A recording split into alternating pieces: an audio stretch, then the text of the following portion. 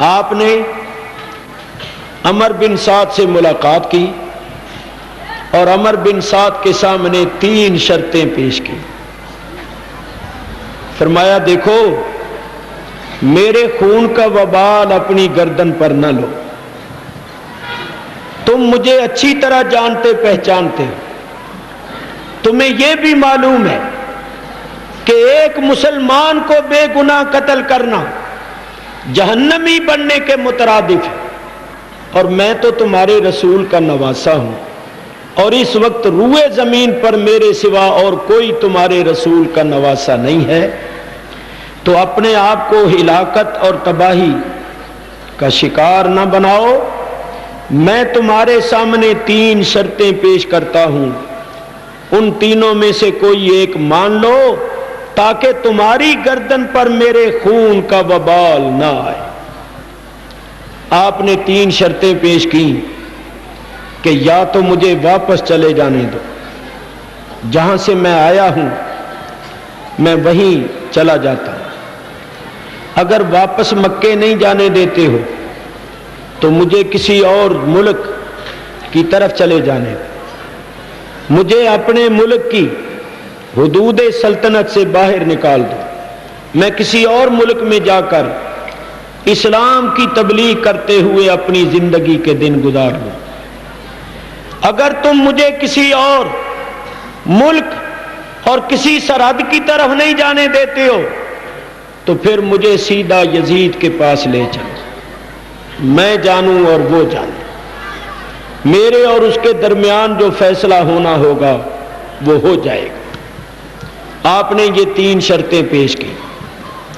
عمر بن سعد خوش ہوا کہ یہ 3 شرطیں ایسی ہیں کہ ان میں سے کوئی ایک شرط ضرور مان لینی چاہیے. اس نے فوراً سپاہی دوڑائے اور ابن زیاد کے پاس یہ 3 شرطیں بھیجی اور ساتھ یہ بھی لکھا کہ میرا مشورہ بھی یہی ہے کہ ان 3 شرطوں میں سے کوئی ایک شرط مان لینی چاہیے تاکہ کشت و خون اور قتل و غارت نہ ہو. جس وقت ابن زیاد کے پاس یہ شرطیں پہنچیں تو بدقسمتی سے اس وقت اس کے پاس شمر ذل جوشن بیٹھا ہوا تھا. عمر بن سعد کی بھیجی ہوئی شرطوں کے متعلق ابن زیاد نے شمر سے مشورہ کیا. شمر نے کہا اے امیر سنو میں تمہیں بتاؤں، حسین اب بھاگنے کی کوشش کر رہے ہیں چونکہ ہمارے پنجوں نے اس کو جکڑ لیا ہے، اب وہ پھنس گیا ہے، اب کوئی راہ فرار نہیں رہی، کوئی بھاگنے اور نکلنے کا موقع اس کے واسطے نہیں رہا، تو وہ ایک چال چل رہا ہے، چاہتا ہے کہ اس وقت میں ان کے شکنجے سے اور ان کے پنجے سے آزاد ہو جاؤں. اگر تو نے اس موقع کو کھو دیا اور حسین کو اجازت دے دی تو پھر اس پر قابو پانا بڑا مشکل ہو جائے گا. اب تو ہمارے پنجوں نے اس کو جکڑا ہوا ہے، اس واسطے اس کو بالکل مہلت نہیں دینی چاہیے اور اس کی کوئی بھی شرط منظور نہیں کرنی چاہیے. شمر نے کہا میں سمجھتا ہوں کہ یہ ساری شرارت عمر بن سعد کی ہے، وہ حسین کو قتل نہیں کرنا چاہتا، تو ایسا کرو کہ عمر بن سعد کو معزول کر دو، اس کی جگہ مجھے گورنر بنا دو تہران کا، اور یہ مہم بھی میرے سپرد کر دو. میں تمہیں یہ مہم فوراً سر کر کے دکھاتا ہوں، مجھے بھیجو اور عمر بن سعد کو خط لکھو کہ یا تو حسین کو فوراً قتل کرو یا پھر گورنری کا کاغذ جو ہے وہ واپس کر دو اور تم ہٹ جاؤ اور اپنا یہ عہدہ اور اپنی یہ ذمہ داری شمر کے سپرد کر دو. ابن زیاد بھی شمر کی باتوں میں آ گیا. پہلے بھی اس کا ارادہ مضبوط تھا اور مضبوط ہو گیا، اور اس نے عمر بن سعد کو لکھ دیا اور خط دے کر شمر کو بھیجا. اس نے لکھا تھا کہ میں نے تمہیں اس واسطے نہیں بھیجا کہ تم ہمارے اور حسین کے درمیان صلح کی صورتیں سوچو یا صلح کی تجویزیں پیش کرو. بس میرا یہ آخری حکم ہے کہ حسین کو مہلت نہ دو. اگر وہ میرے ہاتھ پر آ کر بیعت کرے اور پھر یزید کے ہاتھ پر بیعت کرنے کے واسطے تیار ہو تو اس کو پکڑ لو, اس کو گرفتار کر لو, اور اگر وہ اس سے انکار کرے تو بس اس کو قتل کر دو, اس کو زیادہ مہلت نہ دو. کہیں ایسا نہ ہو کہ اس کی مدد کے لیے کسی طرف سے کوئی فوج یا لشکر آ جائے اور لینے کے دینے پڑ جائے.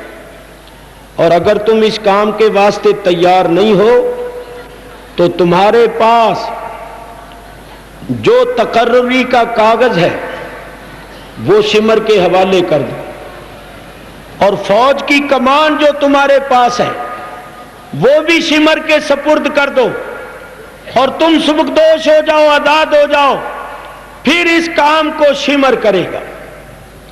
شمر جب یہ خط لے کر پہنچا تو عمر بن سعد نے کہا, بدبخت یہ سب تیری شرارت معلوم ہوتی ہے. میں نے تو چاہا تھا کہ کسی طرح ہم لوگ اس وبال سے بچ جائیں اور ہماری گردن پر اولاد رسول کے خون کا وبال نہ آئے, مگر اب میں تیری آنکھیں بھی ٹھنڈی نہیں کروں گا. رہ کی گورنری تجھے بھی نہیں لینے دوں گا. میں رہ کی گورنری کو نہیں چھوڑوں گا. میں اس مہم کو سر کروں گا. شمر ابن زیاد کی طرف سے یہ بھی پیغام لے کر آیا تھا کہ حسین اور نہر فرات کے درمیان حائل ہو جاؤ اور ان کو نہر فرات کی ایک بوند بھی نہ لینے دو.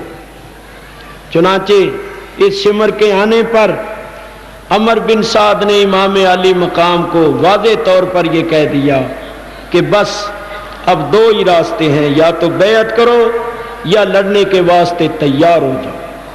محرم کی 7 تاریخ کی صبح سے پانی بھی بند کر دیا گیا. نہر فرات پر 4000 افراد متعین کر دیے, اور ان کو عمر بن سعد نے یہ حکم دیا تھا کہ آل رسول میں سے, حسین کے رفقا میں سے کوئی پانی کی ایک بوند بھی لے جانے میں کامیاب نہ ہو. چنانچہ شاعر کہتا ہے, وہ نہر فرات جس کا پانی یہودی اور عیسائی کافر و مشرک تلک پی رہے تھے, درندے اور چرندے پی رہے تھے, کتے اور بلے تک پی رہے تھے, اس نہر فرات کا پانی آل رسول پر بند کر دیا گیا. کس پر بند کر دیا گیا؟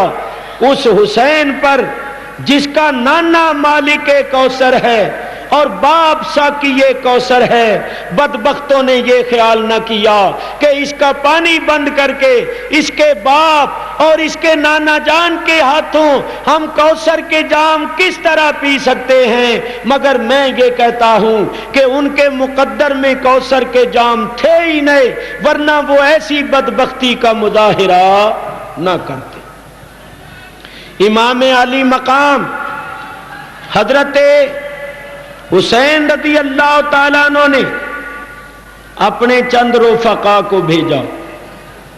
آپ کے رفقا یزیدیوں کے پاس گئے, عمر بن سعد سے ملے کہ کم از کم پانی تو بند نہ کرو, تم تو 22,000 ہو اور ہم تو لڑنے والے کل 72 ہیں.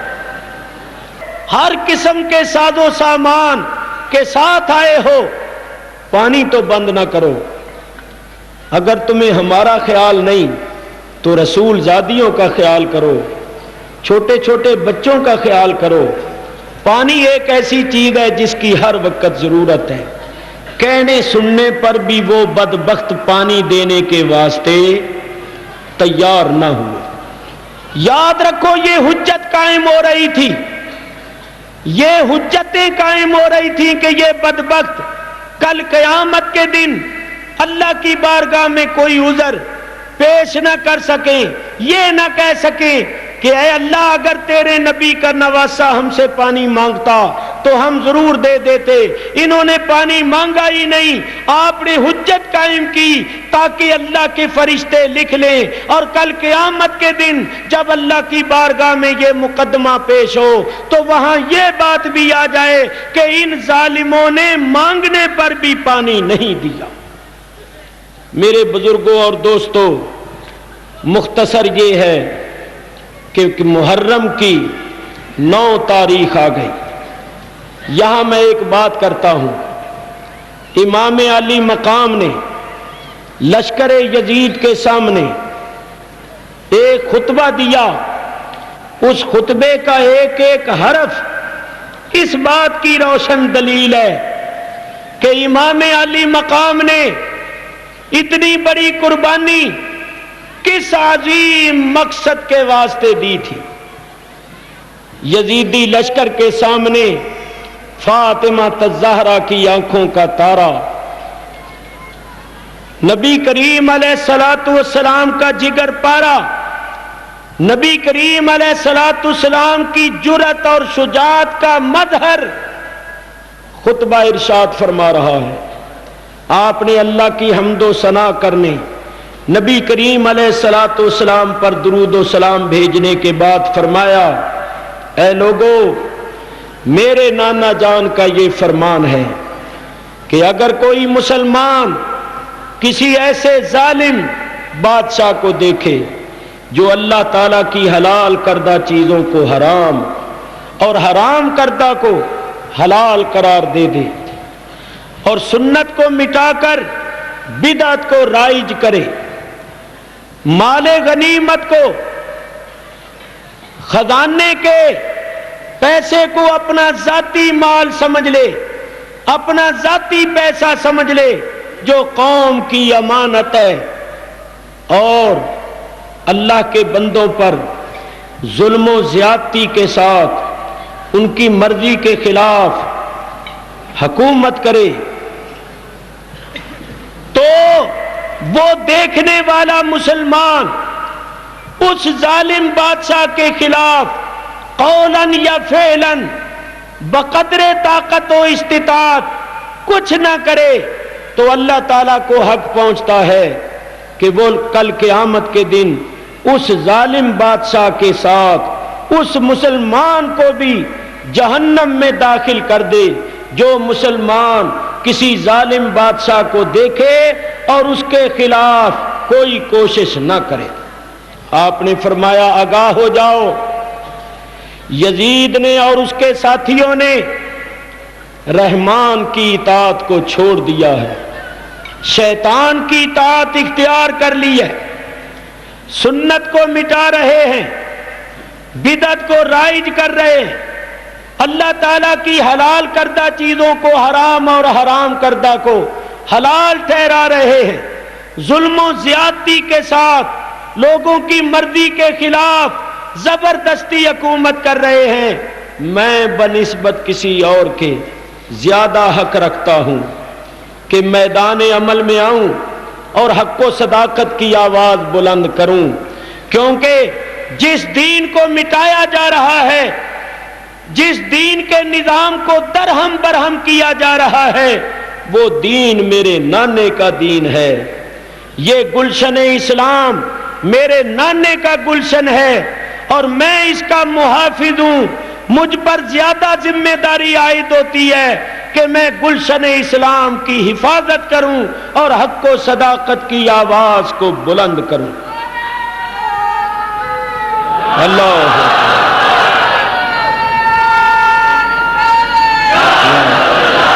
میرے بزرگوں اور دوستوں، امام علی مقام کے خطبے کا ایک ایک لفظ اس بات کا روشن ثبوت ہے کہ امام علی مقام نے اپنے ذاتی اقتدار کے واسطے یا حب جاہ کے پیش نظر اتنی بڑی قربانی نہیں دی تھی اور یہ جنگ نہیں لڑی تھی، بلکہ امام علی مقام نے اتنی بڑی قربانی اللہ کے لیے اللہ کے رسول کے لیے اور اللہ کے دین کی حفاظت کے لیے دی تھی، وہ گلشن اسلام کی حفاظت کر رہے تھے اور اپنے عمل سے یہ ثابت کر رہے تھے کہ جس گلشن اسلام کی آبیاری میرے نانے نے اپنے خون سے کی ہے، میں اس گلشن اسلام کو اپنے خون سے تازگی بخش دوں گا مگر خدا کا شکار نہیں ہونے دوں گا۔ اللہ یا رسول۔ میرے دوستوں اور بزرگوں، سب حجتیں قائم ہو چکی، امام علی مقام تقریریں فرما چکے، اب ان کے پاس کوئی عذر باقی نہیں تھا جو اللہ کی بارگاہ میں وہ پیش کر سکتے۔ محرم کی 9 تاریخ آ گئی، یزیدی لشکر میں نقارے بجنے لگے، یہ اعلان جنگ تھا۔ امام علی مقام نے اپنے چند رفقا کو بھیجا کہ جاؤ ان لوگوں سے کہو کہ مجھے 1 رات کی مہلت دے دو، ہمیں 1 رات کی مہلت دے دو، کل جو ان سے ہو سکے وہ کر لیں۔ امام کے رفقا گئے، یزیدیوں سے یہ کہا، انہوں نے اس بات کو منظور کر لیا اور 1 رات کی مہلت دے دی۔ یہ جمعے کی رات تھی۔ امام علی مقام نے عشاء کی نماز کے بعد اپنے رفقا کو جمع کیا اور جمع کر کے فرمایا، میرے عزیزو، میرے رفیقو، میں تم سب پر بہت خوش ہوں اور تمہیں خوشی سے اجازت دیتا ہوں، جہاں بھی تم سے ہو سکے تم چلے جاؤ۔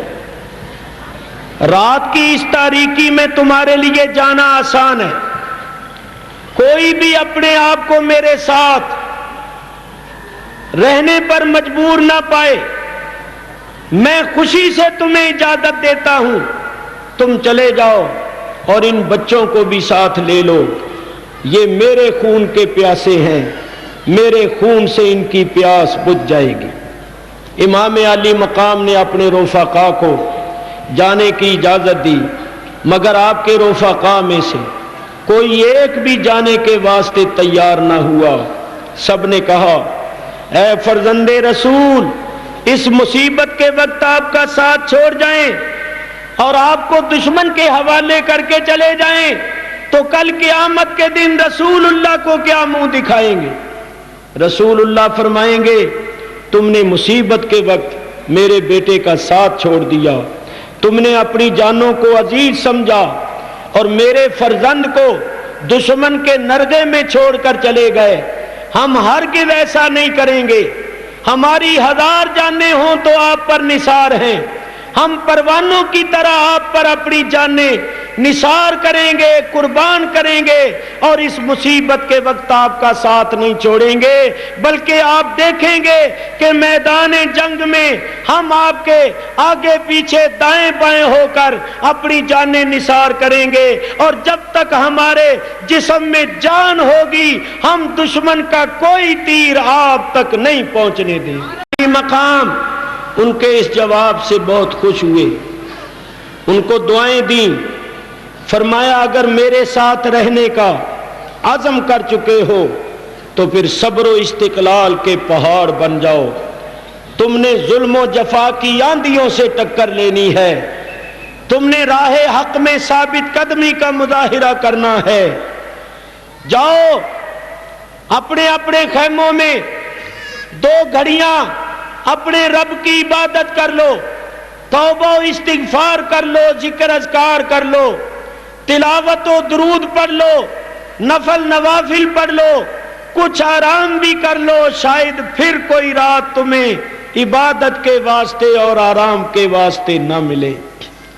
امام علی مقام کے رفقا اپنے اپنے خیموں میں جا کر مصروف عبادت ہو گئے اور امام علی مقام بھی اپنے خیمے میں قرآن شریف کی تلاوت کرنے لگے۔ آپ قرآن شریف پڑھ رہے تھے، قرآن پڑھتے پڑھتے آپ کو ذرا اونگ آ گئی، وہیں لیٹ گئے، تھوڑی دیر آرام فرمایا تو خواب میں جناب محمد الرسول اللہ صلی اللہ علیہ وسلم تشریف لے آئے۔ امام فرماتے ہیں سرکار نے تشریف لا کر مجھے اپنے سینے سے لگایا، میری پیشانی کو یہ دعا فرمائی، اللہم آت الحسین صبرا و اجرا۔ نبی کریم نے دعا فرما کے حسین کے سینے کو صبر کا خزینہ بنا دیا اور تشریف لے گئے۔ امام پاک بیدار ہوئے، اپنے عزیزوں کو اپنا یہ خواب سنایا۔ آپ نے تیمم کر کے تہجد کی نماز ادا کی، صبح ہونے والی تھی۔ یہ رات کیسی رات تھی؟ شاعر کہتا ہے وہ سبت مصطفیٰ کی شہادت کی رات تھی، زہرا و مرتضیٰ پہ قیامت کی رات تھی۔ شیخ الاسلام والمسلمین حضرت بابا فرید شکرگنج رضی اللہ تعالیٰ عنہ نقل فرماتی ہے کہ ایک بہت بڑے بزرگ نے خواب میں دیکھا کہ ایک خاتون ہے اپنی کمر پر کپڑا باندھے ہوئے، ہاتھ میں جھاڑو لیے ہوئے ایک زمین کو صاف کر رہی ہیں۔ ان بزرگوں نے پوچھا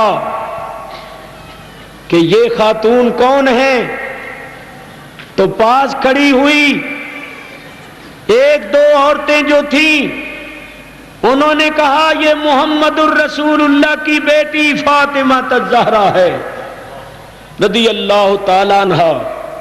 ان بزرگوں نے آگے بڑھ کر عرض کیا، اے خاتون قیامت، اے نبی پاک علیہ الصلوۃ والسلام کی لخت جگر، آپ جھاڑو دے رہی ہے، یہ کون سی زمین ہے؟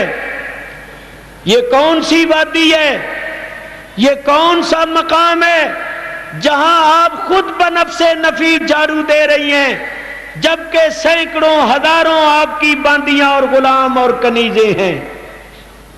تو سیدہ فاطمہ زہرا نے فرمایا کہ یہ وہ زمین ہے جس زمین پر میری آنکھوں کے تارے نے صبح شہادت کا جام نوش کرنا ہے، یہ زمین کربلا ہے، یہاں میرے لخت جگر نے راہ حق میں اپنی قربانی دینی ہے اور اپنے صبر و استقلال کا مظاہرہ کرنا ہے۔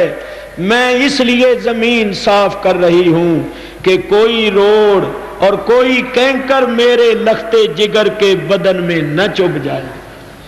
میرے بزرگوں اور دوستوں، ماں نے تو اپنی مامتا کا حق ادا کرنا تھا۔ اصل میں یہ لوگوں کو بتانے کے واسطے باتیں ہیں کہ لوگ سمجھ لیں کہ یہ کتنے مقدس، کتنے معظم لوگ تھے جن پر ان ظالموں نے ظلم کی انتہا کر دی۔ یہ رسول اللہ کے لخت جگر تھے اور رسول اللہ کے لخت جگر پر انہوں نے ظلم و ستم کے پہاڑ توڑے۔ لوگوں کو بتانا مقصود ہے کہ ان کے ظلم و ستم کو دیکھ لو اور ان کے ظلم و ستم کا اندازہ کر لو۔ میرے بزرگوں اور دوستوں، فجر کی اذان ہو گئی، امام علی مقام نے جماعت کرائی۔ جماعت کے بعد شہدائے کربلا یہ دعا کر رہے تھے، اے اللہ اپنی راہ میں ثابت قدمی عطا فرما۔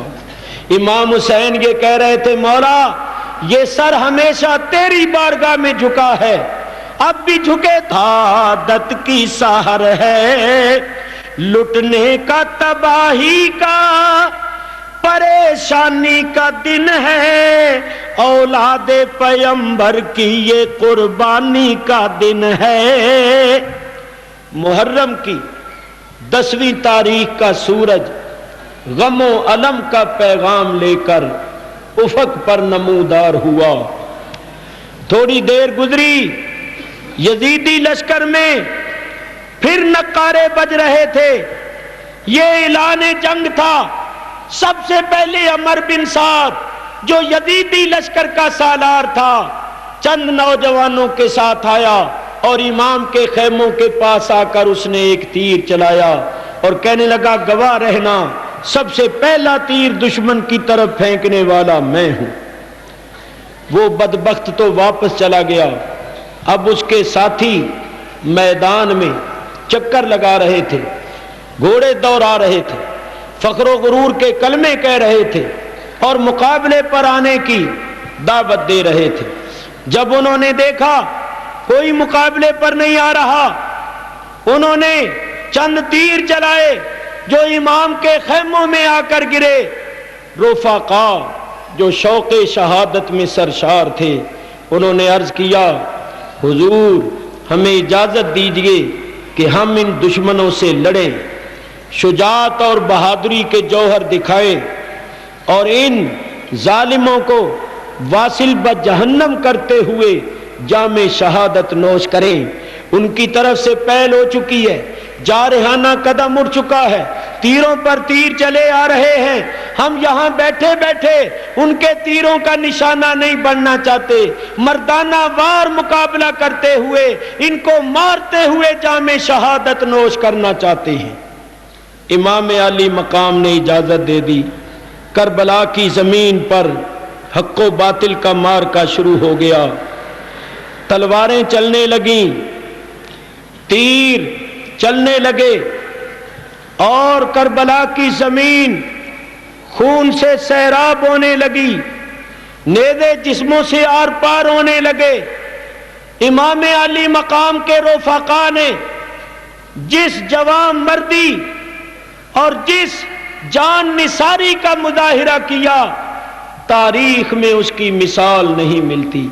اگر ایک ایک کا واقعہ بیان کیا جائے تو بہت زیادہ وقت درکار ہے۔ میری کتاب شام کربلا پڑھیے، جس میں میں نے تفصیل کے ساتھ حالات بیان کیے ہیں۔ مختصر عرض کرتا ہوں کہ امام علی مقام کے رفقا جان نثاری کا مظاہرہ کرتے ہوئے، جوان مردی کا مظاہرہ کرتے ہوئے بہت سے یزیدیوں کو مارتے اور کاٹتے ہوئے جام شہادت نوش کر رہے تھے اور بہشت بری میں پہنچ رہے تھے۔ ایک ایک کر کے 50 دوست شہید ہو گئے۔ اب امام علی مقام کے خاندان کے افراد باقی رہ گئے تھے۔ نبی کریم علیہ الصلوۃ والسلام کے خاندان کے افراد، چمن زہرا کے جنتی پھول باقی رہ گئے تھے۔ امام علی مقام گھوڑے پر سوار ہوئے، یزیدی لشکر کے سامنے گئے، فرمایا ہے کوئی آل رسول کی مدد کر کے جنت میں جانے والا؟ ہے کوئی اس مصیبت کے وقت اولاد رسول کی مدد کرنے والا؟ جس وقت آپ نے یہ فرمایا، حر بن یزید ریاحی جو سب سے پہلے 1000 کا دستہ لے کر آپ کو گرفتار کرنے آیا تھا، اس کی دنیا میں، اس کی تقدیر میں ایک انقلاب برپا ہو گیا۔ وہ اپنے گھوڑے پر بڑا مضطرب اور بے قرار تھا، وہ اضطراب کا شکار تھا۔ دائیں بائیں جو تھے انہوں نے کہا حر کیا بات ہے، بڑے بے تاب اور بے قرار نظر آتے ہو، ہم نے کسی مارکے میں تمہیں اس قدر بے تاب اور بے قرار نہیں دیکھا۔ حر نے کہا کیا بتاؤں، میرے ایک طرف جنت ہے اور ایک طرف دوزخ ہے، ایک طاقت مجھے جہنم کی طرف کھینچ رہی ہے اور ایک طاقت مجھے جنت کی طرف بلا رہی ہے، میں درمیان میں کشمکش میں مبتلا ہوں کہ کیا کروں، کدھر جاؤں۔ یہ کہہ کر ایک دم اس نے اپنے گھوڑے کو ایڑی ماری اور یزیدی لشکر سے نکلا اور یہ کہتے ہوئے نکلا کہ ہو سکے تو جنت میں ہی جانا چاہیے۔ نکل کر لشکر آدھا نے، نکل کر لشکر آدھا سے مارا حر نے یہ نعرہ، نکل کر لشکر آدھا سے مارا حر نے یہ نعرہ کہ دیکھو ہزاروں میں 72 تن تھے تسلیم و رضا والے، حقیقت میں خدا ان کا تھا اور یہ تھے خدا والے۔ حسین ابن علی کی، حسین ابن علی کی کیا مدد کر سکتا تھا کوئی حسین ابن علی کی، کیا مدد کر سکتا تھا کوئی، یہ خود مشکل کشا تھے اور تھے مشکل کشا والے، یہ خود مشکل کشا تھے اور تھے مشکل کشا والے۔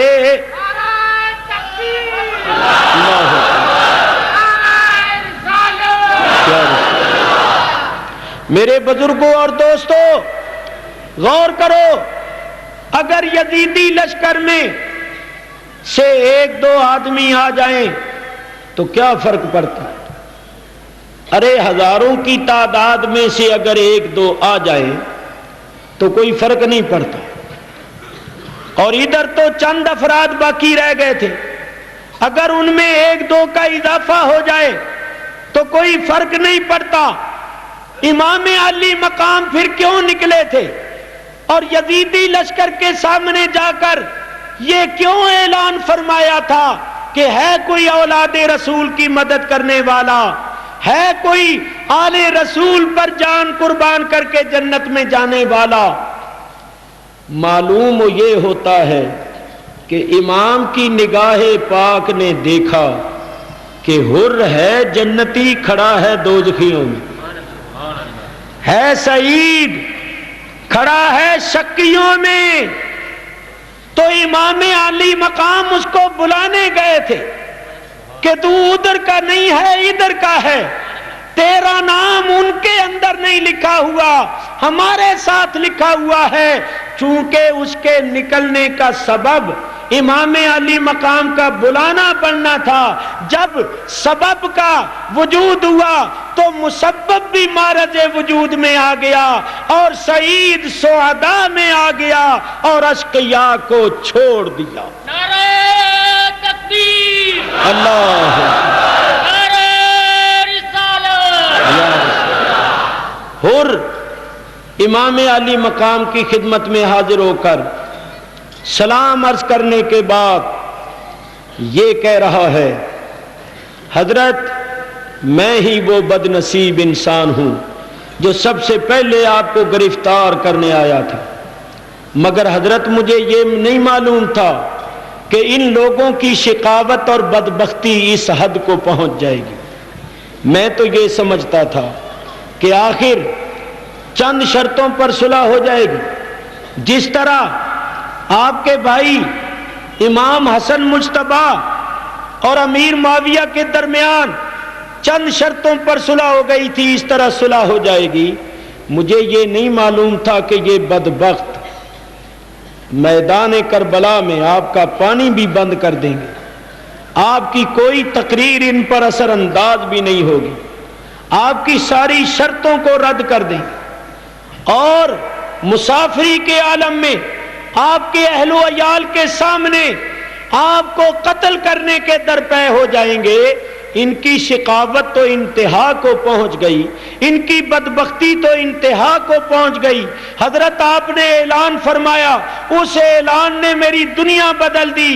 اب میں آپ کی خدمت میں حاضر ہوں اور اپنے کیے پر نادم و پشیمان ہوں، سچی توبہ کرتا ہوں اور آپ سے پوچھتا ہوں کہ اگر میں اپنی جان آپ پر قربان کروں، اولاد رسول پر اپنی جان نثار کروں، تو کیا آپ کے نانا جان کی شفاعت مجھے نصیب ہوگی؟ امام علی مقام نے فرمایا کہ تمہارا نام کیا ہے؟ حر نے کہا حضور میرا نام ہے حر۔ تو فرمایا حر کے تو معنی ہی آزاد کے ہیں، جاؤ تم جہنم کی آگ سے آزاد ہو۔